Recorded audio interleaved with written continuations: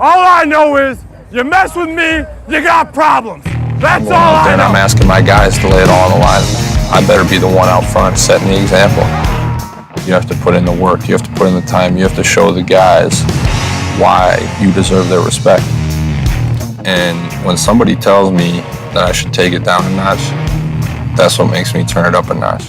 You wake up for an early morning workout and the clock says 3:30 in the morning and you don't want to wake up. You sit there and think this isn't the stuff that people see on TV. But you have to put in time and you have to put in effort that nobody will ever see. If I didn't do today something that's going to help me tomorrow, then I failed myself today. I knew I was going to be the person to bring martial arts to the public eye. And now it's happening. You know what I mean? There's two things I've learned from these past 7 months. Number one is that hard work pays off. And number two is that dreams come true. And that's what's happening.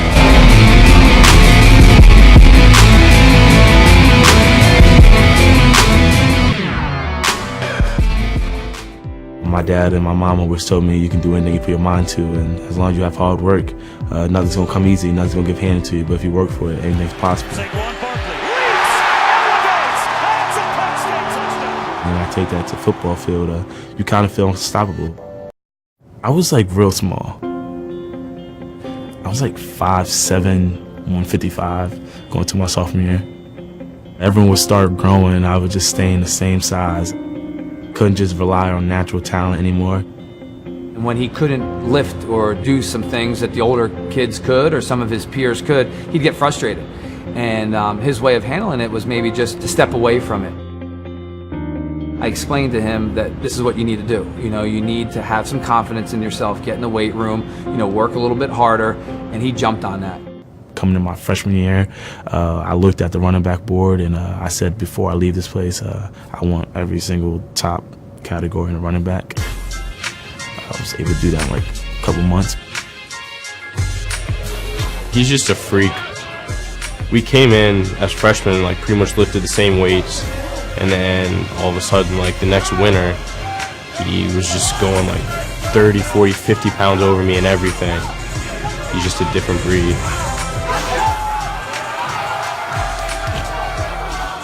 You know, if you look at the 225 bench press, I want to say he did 33 reps the other day in our workout, and when we tested, he did 31, and he was disappointed because it was a bad day because he's done 33 before.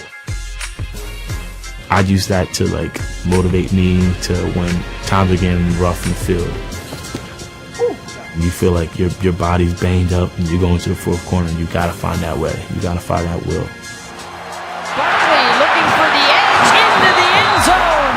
Touchdown, Penn State. Several years ago, I had the great honor of working the first ever Kobe Bryant Nike Skills Academy.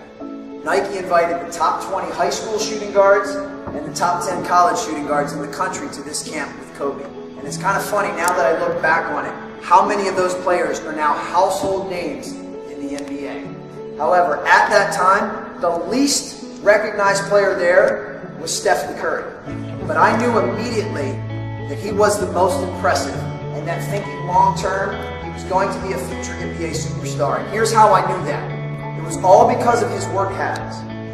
Now, those skills academies, we would have 2 workouts a day for 3 straight days.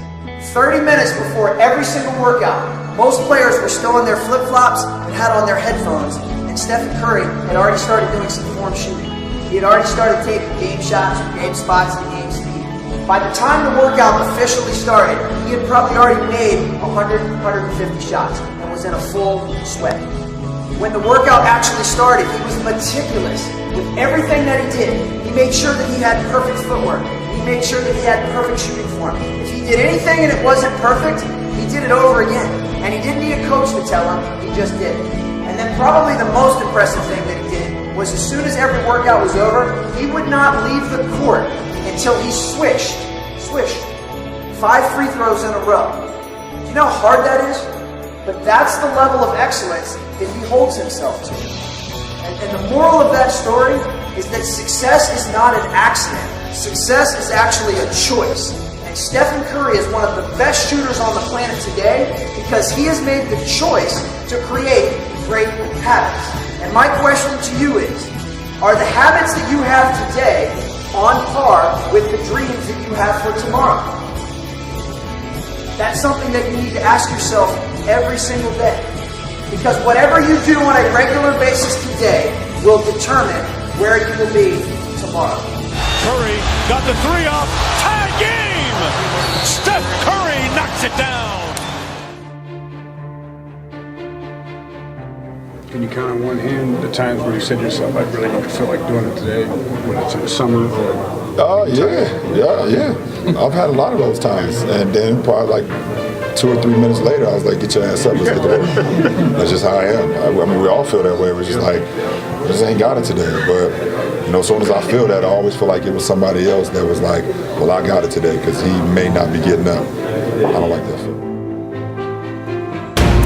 And he always reminded me just to keep on going and be the hardest worker in the room, just like what you say. And when people tell you you can't, you don't look at them. You don't need to look at them. You look in the mirror and you ask yourself, do you give it your all? You look at the mirror and you ask yourself, do you have another rep? You ask yourself, can I go to work when I'm pissed off because I'm about to get fired or something bad happened or lost my girlfriend or whatever it is? You ask yourself, do you have the guts to go after it when no one is watching, no one's patting you on the back, and no one is liking your stuff on freaking social media? If you got the guts to go after it, you can put yourself in the best position to win, and that's what I did through this entire prep. It was not easy. A lot of people say, oh, Phil, he's got genetics and this and that. I put that God-given talent to work each and every damn day in the gym.